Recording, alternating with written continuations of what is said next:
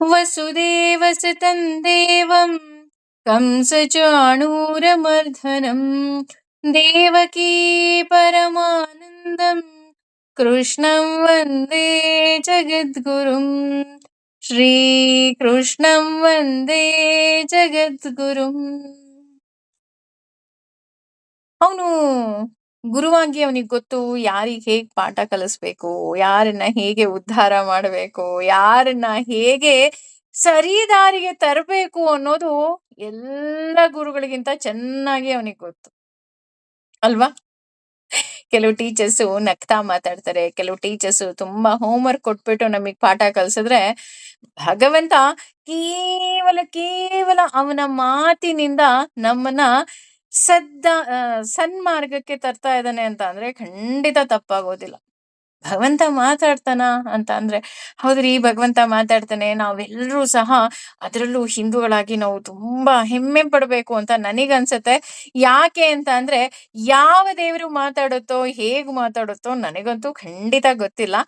ಆದರೆ ಭಗವಂತ ಭಗವದ್ಗೀತೆಯ ಮೂಲಕ ನಾವ್ ಹೇಗಿರಬೇಕು, ನಮ್ಮ ನಡತೆ ಹೇಗಿರಬೇಕು, ನಮ್ಮ ಜೀವನ ಶೈಲಿ ಹೇಗಿರಬೇಕು, ಅಷ್ಟೇ ಅಲ್ಲ ನಾವು ಹುಟ್ಟಿರುವ ಗುರಿ ಏನು ಹಾಗೂ ನಾವು ಮುಂದೆ ಹೋಗಿ ತಲುಪುವ ಮಾರ್ಗ ಏನು, ಪ್ರತಿಯೊಂದನ್ನು ಸಹ ಎಳೆ ಎಳೆ ಎಳೆ ಎಳೆ ಎಳೆಯಾಗಿ ನಮ್ಮ ಕಣ್ಮುಂದೆ ತಗೊಂಡ್ ಬರ್ತಾ ಇದ್ದಾನೆ ಅಲ್ವಾ. ನಾವ್ ಎಷ್ಟು ಪುಣ್ಯವಂತರು, ಯಾಕೆಂದ್ರೆ ನಮ್ಮ ಭಗವಂತ ನಮ್ಮ ಜೊತೆ ಮಾತಾಡ್ತಾ ಇದ್ದಾನೆ, ಅದು ಜಗದ್ಗುರುವಾಗಿ. ಗುರು ಅಂತ ಅಂದ್ರೇನೆ ಕತ್ತಲಿನಿಂದ ಬೆಳಕು ತೋರೋನು ಅಂತ. ಭಗವಂತ ನಾವು ಕತ್ತಲಲ್ಲಿದ್ದೀವಿ, ಕತ್ಲಲ್ಲಿದ್ದೀವಾ? ಇಲ್ಲ ಮೇಡಮ್, ಬೆಳಕಿದೆ. ಇಲ್ಲ ರೀ, ಬೆಳಕು ಖಂಡಿತ ಇದೆ. ಆದ್ರೆ ನಮಗೆ ಯಾವ ಮಾರ್ಗದಲ್ಲಿ ಹೋಗ್ಬೇಕು ಅಂತ ಗೊತ್ತಿಲ್ಲ. ನಮಗೆ ಕೆಲವು ಡಿಸಿಷನ್ಸ್ ನ ತಗೋಬೇಕಾದ್ರೆ, ಕೆಲವು ನಿರ್ಧಾರವನ್ನ ತಗೋಬೇಕಾದ್ರೆ, ಅಥವಾ ಯಾರಾದ್ರೂ ನಮ್ಮ ಧರ್ಮದ ಬಗ್ಗೆ ನಮ್ಮ ಬಗ್ಗೆ ಕೇಳಿದಾಗ ನಮ್ಗೆ ತಬ್ಬಿಬ್ಬಾಗ್ಬಿಡ್ತೀವಿ, ನಮಗೇನ್ ಮಾತಾಡ್ಬೇಕು ನಮಗ್ ಗೊತ್ತಾಗೋದಿಲ್ಲ. ಆದ್ರೆ ಭಗವಂತ ಭಗವದ್ಗೀತೆಯ ಮೂಲಕ ತನ್ನ ವಿಶಾಲವಾದ ರೂಪವನ್ನ ಅರ್ಜುನನಿಗೆ ಕೊಟ್ಟಿದ್ದಾನೆ ಹಾಗೂ ಅರ್ಜುನ ಅದನ್ನ ನೋಡಿ ನಡುಕ್ತಾ ಇದ್ದಾನೆ. ಭಯಕೃದ್ ಭಯನಾಶನಃ ಅನ್ನೋ ಹಾಗೆ ಭಯವನ್ನ ಹುಟ್ಟಿಸೋನು ಅವನೇ, ಭಯವನ್ನ ನಾಶ ಮಾಡೋನು ಸಹ ಅವನೇ. ಆದ್ರೆ ಇನ್ನೂ ಈಗ ಅರ್ಜುನನಿಗೆ ಭಯವನ್ನ ನಾಶ ಮಾಡಿಲ್ಲ, ಇನ್ನೂ ಸಹ ಅವನಿಗೆ ಇನ್ನೂ ಆ ಭಯ ಇದೆ. ಆ ಭಯವನ್ನ ಇನ್ನೂ ಹೇಗೆಲ್ಲ ವ್ಯಕ್ತಪಡಿಸ್ತಾ ಇದ್ದಾನಪ್ಪ ಅರ್ಜುನ ಅಂತ ಅಂದ್ರೆ ಈ 24ನೇ ಶ್ಲೋಕದಲ್ಲಿ ಹೇಳ್ತಾ ಇದ್ದಾನೆ. ನಭಸ್ಪರ್ಶಂ ಅಂದ್ರೆ ಆಕಾಶವನ್ನ ಸ್ಪರ್ಶಿಸುವ, ದೀಪ್ತಂ ಹೊಳೆಯುವ, ಅನೇಕ ಹಲವು ವರ್ಣಂ ಬಣ್ಣಗಳು, ವ್ಯಾಪ್ತ ತೆರೆದು,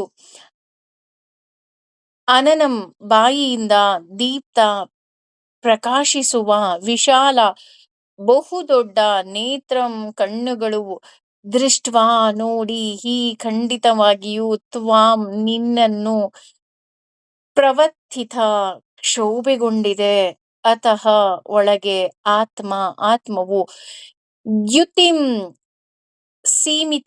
ಸೀಮಿತವನ್ನು, ನ ಮಿಂದಾಮಿ ಹೊಂದುವುದಿಲ್ಲ, ಶಮಂ ಮಾನಸಿಕ ನೆಮ್ಮದಿಯನ್ನ, ಚ ಕೂಡ ವಿಷ್ಣು ಮಹಾಪ್ರಭುವೇ. ಅಂದ್ರೆ ಏನು ಹೇಳಲಿಕ್ಕೆ ಹೊರಟಿದಾನಪ್ಪ ಅಂತ ನೋಡೋದಾದ್ರೆ ಮೊದಲಿಗೆ ಹೇಳ್ತಾ ಇದ್ದಾನೆ ಭಗವಂತ, ಹೇ ಸ್ವಾಮಿ, ನೀನು ವಿಷ್ಣು ಆಗಿದ್ದೀಯಾ. ವಿಷ್ಣು ಅಂದ್ರೆ ನಮಗೆ ಗೊತ್ತು, ಶುಕ್ಲಾಂಬರಧರಂ ವಿಷ್ಣುಂ ಶಶಿವರ್ಣಂ ಚತುರ್ಭುಜಂ ಅನ್ಬೇಕಾದ್ರೆ ಅಲ್ಲಿ ವಿಷ್ಣು ಅಂತ ಬರುತ್ತೆ. ಆಗ ಅಲ್ಲಿ ಸರ್ವವ್ಯಾಪಿ ಅಂತ ಬರ್ತಿದೆ, ಭಗವಂತ ಸರ್ವವ್ಯಾಪಿ ಆಗಿದ್ದಾನೆ. At the same time Vishnu ಸಹಸ್ರನಾಮದಲ್ಲೂ ಸಹ ಮೊದಲನೇ ಶ್ಲೋಕದಲ್ಲೇ ಓಂ ವಿಶ್ವಂ ವಿಷ್ಣುರ್ವಷಟ್ಕಾರು, ಅದ್ರಲ್ಲೂ ಸಹ ವಿಷ್ಣು ಅಂತ ಬರ್ತಿದೆ. ಈ ವಿಷ್ಣು ಅಂದ್ರೆ ಏನಪ್ಪಾ ಅಂತ ಅಂದ್ರೆ, ಈ ಎಲ್ಲ ಧರ್ಮದವರು ಏನು ಭಗವಂತ ದೇವರು ಒಂದು ಶಕ್ತಿ ಒಂದು ತತ್ವ ಅಂತ ಏನೆಲ್ಲ ವರ್ಣನೆಯನ್ನ ಮಾಡ್ತಾರೆ, ಆ ಎಲ್ಲ ವರ್ಣನೆಯನ್ನ ಸಂಸ್ಕೃತದಲ್ಲಿ ಬರುವಂತಹ ಪದವೇ ವಿಷ್ಣು. ವಿಷ್ಣು ಅಂತ ಅಂದ್ರೆ ಸರ್ವ ಶಬ್ದ ವಾಚ್ಯನಾದ ಸರ್ವಗತನಾದ ಭಗವಂತ ಅನ್ನೋ ಅರ್ಥ ಬರ್ತಾ ಹೋಗುತ್ತೆ. ಹಾಗೆ ಎಲ್ಲ ಜಾತಿ ಧರ್ಮವನ್ನ ಮೀರಿ ಒಪ್ಪುವಂತಹ ಅರ್ಥ ಅಂತಲೂ ಸಹ ಹೇಳ್ತಾ ಹೋಗ್ತಾರೆ. ಈ ಪದವನ್ನ ನಮಗೆ ಒಡೆದಾಗ ವಿಷಣು ಅನ್ನೋ 3 ಅಕ್ಷರಗಳು ಬರುತ್ತೆ. ವಿಷಣು ಅಂತ ಅಂದ್ರೆ ವಿಶೇಷವಾದ ಜ್ಞಾನ ಕೊಡುವವನು. ಇಲ್ಲಿ ಯಾಕೆ ಭಗವಂತ ವಿಶೇಷವಾದ ಜ್ಞಾನವನ್ನ ಕೊಡ್ತಾನಪ್ಪ ಅಂತ ಅಂದ್ರೆ, ಸಂಸಾರ ವಿಷವನ್ನ ಪರಿಹರಿಸಿ ನಮ್ಮ ಕ್ರಿಯೆಯನ್ನ ನಿಯಂತ್ರಿಸುವ ಪರಿಪೂರ್ಣವಾದ ಪ್ರಾಣ ಶಕ್ತಿ ಶ. ಹಾಗೆ ಎಲ್ಲರನ್ನ ರಕ್ಷಿಸುವ ಬಲ ಇರುವ ಅಂದ್ರೆ ಸರ್ವಶಕ್ತ ಭಗವಂತ ನ ಅಂದ್ರೆ ವಿಷ್ಣು. ಅಂದ್ರೆ ಅವನಿಗೆ ವಿಶೇಷವಾದ ಜ್ಞಾನವನ್ನ ಕೊಡುವಂತಹ ಸಾಮರ್ಥ್ಯ ಇದೆ ಅಂತ ಹೇಳ್ತಾ ಇದ್ದಾರೆ. ಅದೇ ಸಾಮರ್ಥ್ಯದಿಂದಲೇ ಅರ್ಜುನನಿಗೆ ತನ್ನ ಈ ವಿರಾಟ ರೂಪವನ್ನ ಅಥವಾ ವಿಶ್ವರೂಪವನ್ನ ಕಾಣುವಂತಹ ಜ್ಞಾನವನ್ನ ಕೊಟ್ಟಿದ್ದಾನೆ. ಅದನ್ನ ನೋಡಿ ಅರ್ಜುನ ಹೇಳ್ತಾ ಇದ್ದಾನೆ, ಇವತ್ತು ಏನು ವಿಷ್ಣು ಅನ್ನೋ ಪದ ಇದೆ ಅದು ಸಾರ್ಥಕವಾಗಿದೆ. ನಾವು ಮನೆಯಲ್ಲಿ ಒಂದು ಮಗುವಿಗೆ ಒಂದು ಹೆಸರಿಡ್ತೀವಿ. ಆ ಹೆಸರು ಇಟ್ಟು ಆ ಮಗು ಏನಾದ್ರೂ ಒಂದು ಸಾಧನೆ ಮಾಡಿದಾಗ ಮನೆ ಹಿರಿಯರು ಯಾರೋ ಹೇಳ್ತಾರೆ, ನನ್ನ ತಲೆಯಲ್ಲಿ ಇದಿತ್ತು, ಇವತ್ತು ನಿನಗೆ ಹೆಸರಿಟ್ಟಿದ್ದಕ್ಕೆ ಸಾರ್ಥಕ ಆಯ್ತು ಬಿಡಮ್ಮ ಅಂತ. ಅದೇ ರೀತಿ ಇಲ್ಲಿ ಅರ್ಜುನ ಈ ಎಲ್ಲ ವಿರಾಟ ರೂಪವನ್ನ ಅಥವಾ ವಿಶಾಲ ರೂಪವನ್ನ ಅಥವಾ ವಿಶ್ವರೂಪವನ್ನ ನೋಡಿ ಹೇಳ್ತಾ ಇದ್ದಾನೆ, ಈ ವಿಷ್ಣು ಅನ್ನೋ ಪದ ಸಾರ್ಥಕ ಆಯ್ತು. ಅಂದ್ರೆ ಪ್ರತಿಯೊಂದು ಅಣುವಿನಲ್ಲಿ ಭಗವಂತ ಕೂತಿದ್ದಾನೆ. ಅದನ್ನ ಅವನು ನೋಡ್ತಾ ಇದ್ದಾನೆ. ಪ್ರತಿಯೊಂದು ಅಣುವಿನಲ್ಲಿ, ಒಂದು ಮರದಲ್ಲಿ, ಒಂದು ಪ್ರಾಣಿಯಲ್ಲಿ, ಒಂದು ಪಕ್ಷಿಯಲ್ಲಿ, ಒಂದು ಅಣುವಿನಲ್ಲಿ, ಪ್ರತಿಯೊಬ್ಬರಲ್ಲಿ ಎಲ್ಲವನ್ನ ನೋಡ್ತಾ ಇದ್ದಾನೆ. ಅದು ಹೇಗಿದೆಪ್ಪ ಅಂದ್ರೆ ನಭಸ್ಪರ್ಶಂ ಅಂದ್ರೆ ಒಂದೊಂದು ರೂಪವೂ ಸಹ ಬೃಹತ್ ರೂಪವಾಗಿದೆ. ನಾವ್ ಅನ್ಕೊಂತಾ ಇದೀವಿ ಅಣುವಿನಲ್ಲಿ ಭಗವಂತ ಅಣುವಾಗಿದ್ದಾನೆ. ಹೌದು, ಅಣುವಿನಲ್ಲಿ ಭಗವಂತ ಅಣುವಿಗಿಂತಲೂ ಸಣ್ಣದಾಗಿ ಇದ್ದರೂ ಸಹ ಅವನ ರೂಪ ಏನಿದೆ ಅದು ಬಹಳ ಬಹಳ ಬಹಳ ಬಹಳ ಬೃಹತ್ತಾಗಿದೆ. ಪ್ರತಿಯೊಂದು ಅಣುವಿನಲ್ಲಿರುವಂತಹ ಭಗವಂತನೂ ಸಹ ಆಕಾಶವನ್ನ ಮುಟ್ತಾ ಇದ್ದಾನೆ. ಅಷ್ಟೇ ಅಲ್ಲ, ದೀಪ್ತಂ ಬೆಳಗ್ತಾ ಇದ್ದಾನೆ. ಪ್ರತಿಯೊಂದು ರೂಪದಲ್ಲೂ ಬೆಳಗ್ತಾ ಇದ್ದಾನೆ. ನಾವ್ ಅನ್ಕೊಂತೀವಲ್ಲ ಕೆಲವೊಮ್ಮೆ, ಅಯ್ಯೋ ನಾನು ಹುಟ್ಟಿದ್ ನನ್ ವೇಸ್ಟ್ ಆಗೋಯ್ತಾ, ನನಗೆ ತೊಂದರೆ ಆಗ್ತಾ ಇದೆ, ನಾನು ಹುಟ್ಟಿದ್ದೇ ವೇಸ್ಟು, ಅವ್ರಿಗೆ ತೊಂದ್ರೆ, ಇವ್ರಿಗೆ ತೊಂದ್ರೆ, XYZ ಏನೇನೆಲ್ಲ ನಮ್ಮ ಬಗ್ಗೆ ನೆಗೆಟಿವ್ ಆಗಿ ಹೇಳ್ಬೋದು. ಅಷ್ಟೂ ನೆಗೆಟಿವ್ ಆಗಿ ನಾವು ಹೇಳ್ಕೊಂತೀವಿ ನಮ್ಮ ಬಗ್ಗೆ. ಆದ್ರೆ ಅಂತಹ ಸಂದರ್ಭದಲ್ಲಿ ನಾವು ಈ ವಿಶ್ವರೂಪವನ್ನ ನಾವು ಜ್ಞಾಪಿಸ್ಕೋಬೇಕು. ಯಾಕಪ್ಪ ಅಂತ ಅಂದ್ರೆ ಪ್ರತಿಯೊಂದು ಜೀವಿಯಲ್ಲಿರುವ ಭಗವಂತನೂ ಸಹ ಬೆಳಗ್ತಾ ಇದ್ದಾನೆ. ಬೆಳಗ್ತಾ ಇದ್ದಾನೆ ಅಂದ್ರೆ ಅರ್ಥ ಏನು? ನಾವು ಯಾರಿಗೂ ತೊಂದರೆ ಕೊಡೋದಿಕ್ಕೆ ಈ ಭೂಮಿ ಮೇಲೆ ಖಂಡಿತವಾಗಿಯೂ ಬಂದಿಲ್ಲ ನೋಡಿ. ಅದಕ್ಕೆ ಹೇಳಿದ್ದು, ನನ್ನ ಕರ್ತೃವಾಗಿ ಭಗವಂತ ನನ್ನನ್ನ ಈ ಭೂಮಿ ಮೇಲೆ ಕಳಿಸಿದನೆ ಅಂತ ಅಂದ ಮೇಲೆ, ನಾನು ಯಾವುದೋ ಒಂದು ವಸ್ತುವಿನಲ್ಲಿ ಅಥವಾ ಒಬ್ಬ ವ್ಯಕ್ತಿಯಲ್ಲಿ ನಾನು ಸಂತೋಷವನ್ನ ಹುಡುಕುವ ಪ್ರಯತ್ನ ಮಾಡ್ತಾ ಇದ್ದೀನಿ. ಅದು ನಿಜಕ್ಕೂ ತಪ್ಪು. ನಾನು ಈ ಜೀವನವನ್ನ ಭಗವಂತ ಕೊಟ್ಟ ಉಡುಗೊರೆ, ನಾನು ಇದನ್ನ ಸಂತೋಷವಾಗಿ ಸಂಭ್ರಮಿಸ್ಬೇಕು ಅಂದ್ರೆ ನನ್ನ ಜೀವನದಲ್ಲಿ ಒಂದು ಗುರಿಯ ಕಡೆ ಇಡಬೇಕು. ಆ ಗುರಿ ಯಾವ್ದಿರ್ಬೇಕಪ್ಪ ಅಂದ್ರೆ ನಾನು ನನ್ನ ಭಗವಂತನನ್ನ ಸೇರ್ಬೇಕು ಅಂತ. ಯಾಕೆ ಅಂತ ಅಂದ್ರೆ ನಾನು ನನ್ನ ಭಗವಂತನ ಬಳಿ ಹೋದಾಗ ನನಗೆ ಯಾವುದೇ ರೀತಿಯಾದಂತಹ ರಿಗ್ರೆಟ್ಸ್ ಕಾಡಬಾರದು. ಅದಕ್ಕೆ ಇಲ್ಲಿ ಹೇಳ್ತಾ ಇದ್ದಾರೆ, ಪ್ರತಿಯೊಂದು ರೂಪದಲ್ಲೂ ಸಹ ನೀನು ಬೆಳಗುತ್ತಾ ಇದೀಯಾ. ಅಷ್ಟೇ ಅಲ್ಲ, ಅನೇಕ ವರ್ಣಂ ಹಲವಾರು ಬಣ್ಣಗಳಲ್ಲಿ ನೀನು ಕೂತಿದ್ದೀಯಾ. ಕಪ್ಪು, ಬಿಳಿ, ಕೆಂಪು, ಹಳದಿ, ನೀಲಿ, ಯಾವೆಲ್ಲ ವರ್ಣಗಳಿದೆ ಎಲ್ಲಾ ವರ್ಣದಲ್ಲೂ ನೀನು ಕೂತ್ಕೊಂಡ್ಬಿಟ್ಟಿದ್ಯಾ. ನಾನು ಇದು ಒಳ್ಳೇದು, ಇದು ಕೆಟ್ಟದು, ಇದು ಹಾಗೆ, ಇದು ಹೀಗೆ, ಹೇಗೇಗೋ ಅಂತ ನಾನು ಅನ್ಕೊಂಡ್ಬಿಟ್ಟಿದ್ದೀನಿ. ಆದ್ರೆ ಈ ಪ್ರತಿಯೊಂದು ವರ್ಣದಲ್ಲಿ ನೀನು ಕೂತಿದ್ದೀಯಾ. ಇಲ್ಲಿ ವರ್ಣ ಅಂದ್ರೆ ಒಂದು ಅರ್ಥದಲ್ಲಿ ಬಣ್ಣ ಅಂತ ಬರುತ್ತೆ, ಎಲ್ಲಾ ವರ್ಣದಲ್ಲಿ ನೀನು ಕೂತಿದ್ದೀಯಾ ಅಂತಲೂ ಸಹ ಆಗತ್ತೆ. ಇನ್ನೊಂದು ಅರ್ಥದಲ್ಲಿ ವರ್ಣ ಅಂತ ಅಂದ್ರೆ ಅಕ್ಷರ. ಪ್ರತಿಯೊಂದು ಅಕ್ಷರದಲ್ಲಿ ಭಗವಂತ ಇದ್ದಾನೆ. ಪ್ರತಿಯೊಂದು ಅಕ್ಷರದಲ್ಲಿ ಭಗವಂತ ಇದ್ದಾನೆ ಅಂದ್ರೆ ಅರ್ಥ ಏನು? ನನ್ನ ಬಾಯಿಯಿಂದ ಯಾವುದೇ ಒಂದು ಮಾತು, ಯಾವುದೇ ಒಂದು ಅಕ್ಷರ ಬರಬೇಕು ಅಂದ್ರೂ ಅದು ಭಗವಂತನ ಸ್ವರೂಪವಾಗಿರಬೇಕು. ಇದ್ರ ಅರ್ಥ ಏನು? ನೀವೀಗ ಯಾರಿಗೂ ಬೈತಾ ಇದ್ದೀರಾ, ಯಾರಿಗಾರು ಹರ್ಟ್ ಮಾಡ್ತಾ ಇದ್ದೀರಾ, 100 ಬಾರಿ ಯೋಚನೆ ಮಾಡಿ. ಯಾರಿಗಾರು ಬೈತೀರಾ, 100 ಬಾರಿ ಯೋಚನೆ ಮಾಡಿ. ಯಾಕೆ ಅಂದ್ರೆ ಪ್ರತಿಯೊಂದು ಅಕ್ಷರದಲ್ಲಿ ಭಗವಂತ ಇದ್ದಾನೆ. ಹಾಗಾಗಿ ನಿಮ್ಮ ಮಾತು, ನಿಮ್ಮ ನಡತೆ ಅಥವಾ ನಿಮ್ಮ ಬಾಯಿಯಿಂದ ಹೊರಬರುವ ಪ್ರತಿಯೊಂದು ಅಕ್ಷರವೂ ಸಹ ಬೇರೆಯವರಿಗೆ ದೀಪ್ತಂ ಬೆಳಕಾಗಿರಬೇಕೇ ವಿನಃ ಸುಡುವಂತಹ ಕೆಲಸವನ್ನ ಯಾವುದೇ ಕಾರಣಕ್ಕೂ ಮಾಡಬಾರದು. ಅದಕ್ಕಿಂತ ಇನ್ನೊಂದು ಪಾಪ ಇನ್ನೊಂದು ಇರೋದಿಕ್ ಸಾಧ್ಯನೇ ಇಲ್ಲ. ನಮ್ಗೆ ಗೊತ್ತಿದ್ದೋ ಗೊತ್ತಿಲ್ಲದೆಯೋ ನಾವು ಕೆಲವೊಮ್ಮೆ ಮಾಡ್ತೀವಿ. ಮನುಷ್ಯರು ನಾವೆಲ್ಲ. ಹಾಗಾಗಿ ನಮಗ್ ಗೊತ್ತಿರ್ಲಿಲ್ಲ. ಈಗ ಗೊತ್ತಾಯ್ತಲ್ವಾ? ನಮ್ ಬಾಯಿಂದ ಏನಾದ್ರು ಒಂದು ಮಾತು ಬರ್ಬೇಕು, ಒಂದು ಅಕ್ಷರ ಬರ್ಬೇಕು ಅಂದ್ರು 100 ಬಾರಿ ಯೋಚನೆ ಮಾಡ್ಬೇಕು. ಯಾಕಪ್ಪ ಅಂತ ಅಂದ್ರೆ ಭಗವಂತ ಪ್ರತಿಯೊಂದು ಅಕ್ಷರದಲ್ಲಿ ಕೂತಿದ್ದಾನೆ. ವ್ಯಾತಾನಂತಂ ಅಂದ್ರೆ ಅವನು ಹೇಗಿದಾನಪ್ಪ ಅಂದ್ರೆ ಬಾಯಿ ತೆರ್ಕೊಂಡಿದ್ದಾನೆ. ಅವನು ಬಾಯಿ ಮುಚ್ಕೊಂಡಿಲ್ಲ ಭಗವಂತ.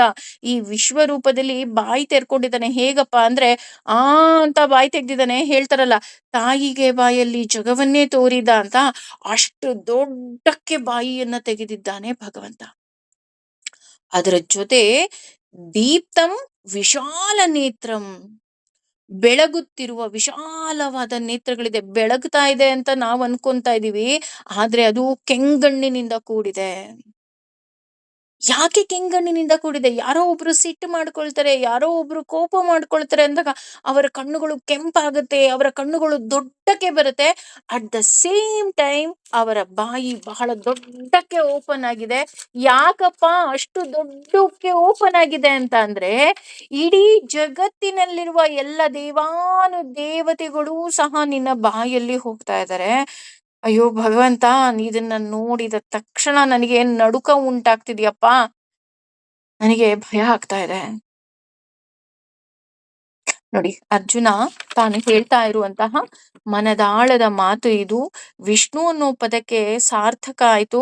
ಅಟ್ ದ ಸೇಮ್ ಟೈಮ್ ನಿನ್ನ ಕಣ್ಣುಗಳು ಬೆಳಗ್ತಾ ಇದೆ, ನೀನು ಪ್ರತಿಯೊಂದು ವರ್ಣದಲ್ಲಿ ಇದ್ದೀಯಾ, ಪ್ರತಿಯೊಂದು ಆ ವಿಶಾಲವಾದ ನೇತ್ರ ನಿನಗಿದೆ. ಅಷ್ಟೇ ಅಲ್ಲ, ಆ ಎಲ್ಲ ಜೀವಿಗಳು ಸಹ ನಿನ್ನ ಬಾಯಲ್ಲಿ ಹೋಗ್ತಿದೆ. ಹಾಗಾಗಿ ನಾನು ಇದನ್ನ ನೋಡೋದಿಕ್ಕೆ ನನಗೆ ತುಂಬಾ ಭಯ ಆಗ್ತಾ ಇದೆ.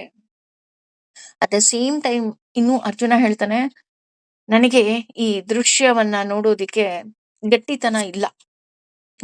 ನಾನು ದೊಡ್ಡದಾಗಿ ಹೇಳ್ದೆ, ನಿನ್ನ ವಿಶ್ವರೂಪವನ್ನ ತೋರ್ಸು ತಂದೆ ಅಂತ. ನೀನು ಸಹ ನೋಡಪ್ಪ, ನಾನು ನಿನಗೆ ದಿವ್ಯ ದೃಷ್ಟಿಯನ್ನ ಕೊಡ್ತೀನಿ ಅಂತ ಹೇಳ್ದೆ. ಆದ್ರೆ ಆ ದಿವ್ಯ ದೃಷ್ಟಿಯಿಂದ ಈ ಎಲ್ಲ ರೂಪವನ್ನ ನೋಡ್ತಾ ಇದೀನಲ್ಲ, ನಂಗ್ ನೋಡಕ್ ಆಗ್ತಾ ಇಲ್ಲ. ನಂಗೆ ತುಂಬಾ ಭಯ ಆಗ್ತಾ ಇದೆ, ನಡುಕ್ತಾ ಇದ್ದೀನಿ ನಾನು. ಹಾಗಾಗಿ ಈ ವಿಶಾಲವಾದ ರೂಪವನ್ನ ನನಗೆ ನೋಡಕ್ ಆಗಲ್ಲಪ್ಪ, ಕ್ಷಮಿಸ್ಬಿಡು. ಹೇಗೆ ಅಂತ ಅಂದ್ರೆ, ಒಬ್ಬ ಸೈನ್ಸ್ ಸ್ಟೂಡೆಂಟ್ಸ್ಗೆ ತುಂಬಾ ಚೆನ್ನಾಗಿ ಗೊತ್ತಿರುತ್ತೆ. ಆ ಕ್ರಿಮಿಗಳು ಅಥವಾ ಬ್ಯಾಕ್ಟೀರಿಯಾಸ್ನ ನೋಡೋದಿಕ್ಕೆ ದುರ್ಬಿನ್ನ ನಾವು ಅಂದ್ರೆ ಟೆಲಿಸ್ಕೋಪ್ನ ನಾವು ಯೂಸ್ ಮಾಡ್ತೀವಿ. ಯೂಸ್ ಮಾಡಿದಾಗ ಅದ್ರಲ್ಲೆಲ್ಲ ಏನು ಅದರಲ್ಲಿ ಹುಳಗಳಿರುತ್ತೆ, ಅದೆಲ್ಲ ಓಡಾಡೋದೆಲ್ಲ ನಾವು ನೋಡ್ತೀವಿ ಅಂತ ಅನ್ಕೊಳ್ಳೋಣ. ನೋಡಾದ್ಮೇಲೆ ನಮಗೆ ಭಯ ಆಗೋದಿಕ್ ಶುರು ಆಗುತ್ತೆ. ಅಯ್ಯೋ, ಇಲ್ಲೆಲ್ಲ ಓಡಾಡ್ತಾ ಇದೆ, ನನಗೆ ಇಲ್ಲಿ ಮುಟ್ಟಿದ್ರೆ ಈ ಕಾಯಿಲೆ ಬರುತ್ತಾ, ಇಲ್ಲಿ ಮುಟ್ಟಿದ್ರೆ ಬೇಕಾದ್ರೆ ಫಸ್ಟ್ ಯಾರಾದ್ರು ಸೈನ್ಸ್ ಸ್ಟೂಡೆಂಟ್ಸ್ ಇರ್ತಾರೆ ಅಥವಾ ಫಸ್ಟಿಗೆ MBBS ಯಾರು ಓದ್ತಾ ಇರ್ತಾರೆ, ಫಸ್ಟಿಗೆ ಅವ್ರು ಎಲ್ಲದಕ್ಕೂ ಇದ್ರಲ್ಲಿ ಅದಿದೆ, ಇದ್ರಲ್ಲಿ ಇದಿದೆ, ಇದ್ರಲ್ಲಿ ಇದಿದೆ ಅಂತ ಹೇಳ್ತಾ ಇರ್ತಾರೆ. ಯಾಕೆಂದ್ರೆ ಅವ್ರ ತಲೆನಲ್ಲಿ ಅದೇ ಓಡ್ತಾ ಇರತ್ತೆ. ಹಾಗೇನೆ ಇಲ್ಲಿ ಅರ್ಜುನನಿಗೂ ಅಷ್ಟೇ ಈ ಭಯಾನಕವಾದ ರೂಪ ಪ್ರತಿಯೊಂದು ರೂಪದಲ್ಲೂ ಇದೆ ಅಲ್ವಾ. ನಾನು ಇದನ್ನ ನೋಡೋದಿಕ್ಕೆ ಆಗ್ತಾನೆ ಇಲ್ಲ. ನನಗ್ ನೋಡಕ್ ಆಗಲ್ಲಪ್ಪ. ನನ್ಗೆ ಫುಲ್ ನಡ್ಕ ಬರ್ತಾ ಇದೆ. ನಾನು ಇನ್ನು ಸ್ವಲ್ಪ ಹೊತ್ತೇನ ನಡೆದ್ರೆ ನನಗೆ ಫುಲ್ ಚಳಿ ಜ್ವರ ಬಂದು ನಾನು ಬಿದ್ದು ಹೋಗ್ಬಿಡ್ತೀನಿ. ನನಗೆ ನೋಡೋದಿಕ್ಕೆ ಸಾಧ್ಯವೇ ಇಲ್ಲ. ಭಗವಂತ, ನನ್ನನ್ನ ದಯಮಾಡಿ ಕ್ಷಮಿಸಿ ಬಿಡು. ಹಾಗಾಗಿ ಅರ್ಜುನ ಇಲ್ಲಿ ಭಗವಂತನ ಬಳಿ ಕ್ಷಮೆ ಕೇಳ್ತಾ ಇದ್ದಾನೆ. ಒಂದೇ ನಿಮಿಷ. ಕ್ಷಮಂಚ ವಿಷ್ಣು ಅಂದ್ರೆ, ವಿಷ್ಣುವಾದ ಭಗವಂತನೇ, ನನ್ನನ್ನ ಕ್ಷಮಿಸಿ ಬಿಡಪ್ಪ. ನಾನು ಈ ರೂಪವನ್ನ ನನಗೆ ನೋಡೋದಿಕ್ಕೆ ಸಾಧ್ಯನೇ ಇಲ್ಲ, ನನಗಾಗ್ತಾ ಇಲ್ಲ ಅಂತ ಹೇಳ್ತಾ ಇದ್ದಾನೆ. ಯಾಕೆ ಆಗ್ತಾ ಇಲ್ಲ ಅದನ್ನ ಮುಂದುವರೆಸಿ ಹೇಳ್ತಾ ಇದ್ದಾನೆ ಅಂದ್ರೆ, ನನಗೆ ಯಾಕೆ ನಿನ್ನನ್ನ ನೋಡೋದಿಕ್ ಆಗ್ತಿಲ್ಲ ಅಂತ ಅಂದ್ರೆ,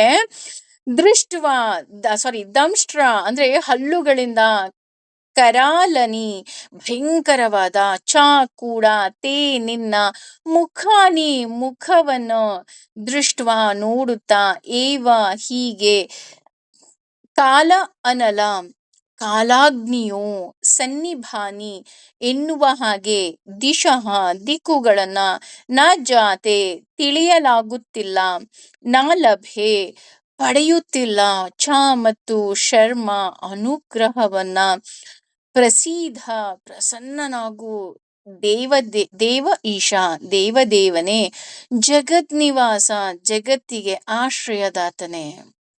ಅಂದ್ರೆ ಎಲ್ಲ ಲೋಕಗಳಿಗೂ ಸಹ ನೀನೇ ಆಶ್ರಯದಾತನಾಗಿದ್ದೀಯಾ. ನೀನು ಮೊದಲು ಕೃಪೆ ಮಾಡು. ಯಾಕಪ್ಪ ನೀನು ಈ ರೀತಿ ಕೃಪೆ ಮಾಡು ಅಂತ ಹೇಳ್ತಾ ಇದ್ದೀನಿ ಅಂತ ಅಂದ್ರೆ, ಹೇ ದೇವ್ರೆ, ನೀನು ಜಗತ್ ನಿವಾಸ, ಜಗತ್ತಿನಲ್ಲಿ ವಾಸ ಮಾಡಿದ್ಯಾ. ಅದೇ ನಿವಾಸ ಅಂದ್ರೆ ಅಂದ್ರೆ ನಿರತ, ವಾಸ ಅಂದ್ರೆ ವಾಸ ಮಾಡುವವನು. ಅಂದ್ರೆ ನೀನು ನಾವಿರ್ಲಿ ಇಲ್ಲದೆ ಇರ್ಲಿ ನೀನು ಶಾಶ್ವತನಾಗಿರೋನು. ಜಗತ್ ನಿವಾಸ, ಜಗತ್ತಿನ ನಿವಾಸಕ ನೀನಾಗಿದ್ಯಾ. ಹಾಗೆ ದೇವೇಶ, ದೇವ ಅಂದ್ರೆ ಬೆಳಗುವವನು, ದೇವೇಶ ಅಂದ್ರೆ ನಾನ್ ಅನ್ಕೊಂಡಿದ್ದೆ ಎಲ್ಲಾ ದೇವರುಗಳು ಬೆಳಗುತ್ತಾ ಇದ್ದಾರೆ ಅಂತ. ಆದ್ರೆ ನನಗೆ ಗೊತ್ತಾಯ್ತು, ಎಲ್ಲಾ ದೇವತೆಗಳ ಒಳಗೆ ಇದ್ದು ಅವರನ್ನ ಬೆಳಗುವಂತೆ ಮಾಡುವವನು ನೀನು. ಯಾವುದೋ ಒಂದು ದೇವರ ಬಳಿ ಹೋಗಿ ನಾವು ಪೂಜೆಯನ್ನ ಮಾಡ್ತೀವಿ, ಪುನಸ್ಕಾರವನ್ನ ಮಾಡ್ತೀವಿ, ಆ ದೇವರಿಂದ ವರ ಪಡಿತಾ ಇದ್ದೀವಿ, ಆ ದೇವರಿಂದ ನಮಗೆ ಒಳ್ಳೇದಾಗ್ತಿದೆ ಅಂದ್ರೆ ಅದಕ್ಕೂ ಸಹ you are the reason. At the same time ನೀನು ಪ್ರಸೀದ ಪ್ರಸನ್ನನಾಗು. ಯಾಕಪ್ಪ ಪ್ರಸನ್ನನಾಗು ಅಂತ ಹೇಳ್ತಾ ಇದ್ದಾನೆ ಅಂತ ಅಂದ್ರೆ, ಈ ನಿನ್ನ ರೂಪ ಏನಿದೆ ಇದು ನನಗೆ ನೀನು ಸಿಟ್ಟು ಮಾಡ್ಕೊಂಡಿದ್ಯಾ ನನ್ ಮೇಲೆ ಅಂತ ಅನ್ನಿಸ್ತಾ ಇದೆ. ಭಗವಂತ ಸಿಟ್ಟು ಮಾಡ್ಕೊಂಡಿದ್ದಾನ ಅಂತ ಅಂದ್ರೆ, ಹೌದು ನನಗ್ ನೀನ್ ಸಿಟ್ಟು ಮಾಡ್ಕೊಂಡಿದ್ಯಾ, ನೀನ್ ನನ್ ಮೇಲೆ ಕೋಪ ಮಾಡ್ಕೊಂಡಿದ್ಯಾ ಅಂತ ಅನ್ನಿಸ್ತಾ ಇದೆ. ಯಾಕೆ ಅಂದ್ರೆ ದಂಶ್ರಾಕರಾಲ ಅಂದ್ರೆ ಕೋರೆ ಹಲ್ಲಿದೆ, ಪ್ರತಿಯೊಂದು ರೂಪದಲ್ಲೂ ಸಹ ಕೋರೆ ಹಲ್ಲಿದೆ, ದೊಡ್ಡ ದೊಡ್ಡ ಕಣ್ಣಿದೆ, ಆ ಕಣ್ಣುಗಳಿಂದ ಬಾಯಿಯಿಂದ ಅಗ್ನಿಯನ್ನ ನೀನು ಉಗುಳ್ತಾ ಇದೀಯಾ. ಈ ರೀತಿ ನೀನ್ ಅಗ್ನಿಯನ್ನ ಉಗುಳ್ತಾ ಇದೀಯಾ. ನಿನ್ನ ಸೌಮ್ಯ ರೂಪನೇ ಇಲ್ಲ. ಈ ರೀತಿ ಸೌಮ್ಯ ರೂಪ ಇಲ್ಲ ಅಂದಾಗ ನಾನು ನಿನ್ನನ್ನ ಹೇಗೆ ನೋಡ್ಲಿ. ನಾವ್ ಅನ್ಕೊಳ್ತಾ ಇದ್ದೆ ಇಷ್ಟು ದಿನ ಕೇವಲ ಉಗ್ರ ನರಸಿಂಹನಲ್ಲಿ ಮಾತ್ರ ಉಗ್ರತೆ ಇದೆ, ಕೇವಲ ಹಿರಣ್ಯಕಶಿಪುವನ್ನ ಉಗ್ರ ನರಸಿಂಹ ಬಂದು ಸಂಹಾರ ಮಾಡ್ದ. At the same time Prahlada ಶಾಂತನಾಗು ಅಂದ ತಕ್ಷಣ ಶಾಂತ ಆಗ್ಬಿಟ್ಟೆ. ಅದು ಜಸ್ಟ್ ಫ್ರಾಕ್ಷನ್ ಆಫ್ ಸೆಕೆಂಡ್ ನಮ್ಗೆ ಅವನು ಕೋಪ ತೋರಿಸಿದ್ದಂತೆ. ಇದು ಹೇಗಿದೆ ಅಂತ ಅಂದ್ರೆ, ಅರ್ಜುನ ಹೇಳ್ತಾ ಇದ್ದಾನಲ್ಲ, ನೀನು ಎಲ್ರ ಮೇಲೂ ಕೋಪ ಮಾಡ್ಕೊಂಡಿದ್ಯಾ ಅಂತ ಅನ್ಸುತ್ತೆ. ಅಷ್ಟೇ ಅಲ್ಲ, ಇದು ಒಂದು ರೂಪದಲ್ಲಿಲ್ಲ, ಪ್ರತಿಯೊಂದು ರೂಪದಲ್ಲಿ, ನಿನ್ನ ಒಂದೊಂದು ರೂಪದಲ್ಲಿ ನನಗೆ ಪ್ರಳಯ ಕಾಲದಲ್ಲಿ ಬೆಂಕಿಯನ್ನ ಉಗುಳಿ ಪ್ರತಿಯೊಂದು ವಸ್ತುವನ್ನೂ ಸಹ ನಿನ್ನ ಒಡಲಿಗೆ ತಗೊಳ್ಳೋ ಹಾಗಿದೆ. ಹಾಗಾಗಿ ನಾನು ಇದನ್ನ ಆನಂದಿಸೋದೆಲ್ಲಿಂದ ಬಂತು. ನಾನು ಆನಂದಿಸ್ತಾ ಇಲ್ಲ, ನಾನು ಹೆದರ್ಕೊಂಡು ಸಾಯ್ತಾ ಇದ್ದೀನಿ, ನಡುಕ್ತಾ ಇದ್ದೀನಿ. ಯಾಕಪ್ಪ ಅಂತ ಅಂದ್ರೆ, ನಿನ್ನ ಈ ರೂಪವನ್ನ ನನಗೆ ನೋಡಕ್ಕಾಗ್ತಿಲ್ಲ. ಹಾಗಾಗಿ ದಿಕ್ಕು ತೋಚದ ಹಾಗಾಗಿದೆ, ಹೆದರ್ತಾ ಇದ್ದೀನಿ. ಹೀಗಿರ್ಬೇಕಾದ್ರೆ ಸುಖದ ಮಾತೆಲ್ಲಿಂದ ಬಂತು. ಹಾಗಿದ್ರೆ ಭಗವಂತನನ್ನ ನೋಡಿದ್ರೆ ಕೋಪ ಬರುತ್ತಾ? ಅಂದ್ರೆ ಭಗವಂತನನ್ನ ನೋಡಿದ್ರೆ ದಿಕ್ಕು ತೋಚದೆ ಇರೋ ಹಾಗಾಗತ್ತಾ? ಅಥವಾ ಭಗವಂತನನ್ನ ನೋಡಿದ್ರೆ ಭಯ ಆಗತ್ತಾ? ಹೆದರ್ಕೋಬೇಕಾ ಭಗವಂತನನ್ನ ನೋಡಿದ್ರೆ? ಹಾಗಿದ್ರೆ ದೇವ್ರು ಅಂದ್ರೆ ಭಯನಾ ಅಂತ ನೋಡಿದ್ರೆ, ಎಷ್ಟು ಸುಂದರವಾಗಿ ಹೇಳ್ತಾರೆ ಅಂತ ಅಂದ್ರೆ, ಇದಕ್ಕೆ ಕತೆ ಹನುಮ ಮತ್ತೆ ಸುಗ್ರೀವನ ಕಥೆಯನ್ನ ತೆಗೆದುಕೊಳ್ತಾರೆ. ಹನುಮ ಮತ್ತೆ ಸುಗ್ರೀವ ಇಬ್ರು ಸಹ ವಾನರರು, ನಮಗೆ ತುಂಬಾ ಚೆನ್ನಾಗಿ ಗೊತ್ತು. ಹನುಮ ಭಗವಂತನನ್ನ ನೋಡ್ಲೇಬೇಕು ಅಂತ ಹೇಳಿ ಅವನ ಎಲ್ಲ ದಿವ್ಯ ಶಕ್ತಿಗಳಿರ್ಬೋದು ಎಲ್ಲವನ್ನ, ನಮ್ಗೆಲ್ರಿಗೂ ಗೊತ್ತು, ಋಷಿಗಳ ಶಾಪದಿಂದ ಅದು ಅಡಕ ಆಗ್ಬಿಟ್ಟಿರುತ್ತೆ. ನಿನಗೆ ಭಗವಂತನ ಅನುಗ್ರಹ ಸಿಕ್ಕಾಗ್ಲೇ ಸಿಕ್ಕೋದು, ಅಂದ್ರೆ ರಾಮನ ಅನುಗ್ರಹ ಆದಾಗ್ಲೇ ಸಿಕ್ಕೋದು ಅಂತ ಹೇಳಿದಾಗಿಂದ ರಾಮ ರಾಮ ರಾಮ ಅಂತ ರಾಮನಿಗಾಗಿ ಕಾಯ್ತಾ ಇರ್ತಾನೆ. ರಾಮ ಬಂದ ತಕ್ಷಣ ಹನುಮನಿಗೆ ಬಹಳ ಖುಷಿ. ಅವನ ಜೊತೆ ಹಿಂದೆ ಮುಂದೆ ರಾಮನನ್ನ ಒಂದು ಕ್ಷಣವೂ ಬಿಟ್ಟಿರೋದಿಲ್ಲ. ಆದ್ರೆ ನೋಡಿ, ರಾಮ ರಾಮ ಅಂದ್ರೆ ವಿನಯ ಮೂರ್ತಿ, ಸೌಜನ್ಯ ಮೂರ್ತಿ, ಸೌಮ್ಯ ಸ್ವರೂಪಿ. ಆದ್ರೆ ಅವನನ್ನ ನೋಡಿದ್ರು ಸಹ ಸುಗ್ರೀವನಿಗೆ ಭಯ ಆಗ್ತಾ ಇರತ್ತಂತೆ. ಯಾಕೆ ಭಯ ಆಗತ್ತಪ್ಪ ಅಂತ ಅಂದ್ರೆ, ಆ ಸುಗ್ರೀವ ಆ ರೂಪವನ್ನ ನೋಡೇ ಇಲ್ಲ. ನೋಡಿಲ್ದೇ ಇರೋದ್ರಿಂದ ಅವನಿಗೆ ಭಯ ಆಗ್ತಾ ಇರತ್ತಂತೆ. ಮೊದ್ಲಿಗೆ ಸುಗ್ರೀವ ಓಡ್ತಿರ್ತಾನಂತೆ. ರಾಮ ಎಲ್ಲಾದ್ರೂ ಆ ಕಡೆಯಿಂದ ಬರ್ತಿದ್ದಾನೆ ಅಂದ್ರೆ ಈ ಕಡೆ ಇನ್ನೆಲ್ಲೋ ಓಡ್ ಹೋಗ್ತಾನಂತೆ. ಆದ್ರೆ ನೋಡಿ ಅಭ್ಯಾಸ ಆದ್ಮೇಲೆ ರಾಮನನ್ನ ಅವನು ಆರಾಧನೆ ಮಾಡ್ದ ಅಂತ ಹೇಳ್ತಾ ಹೋಗ್ತಾರ.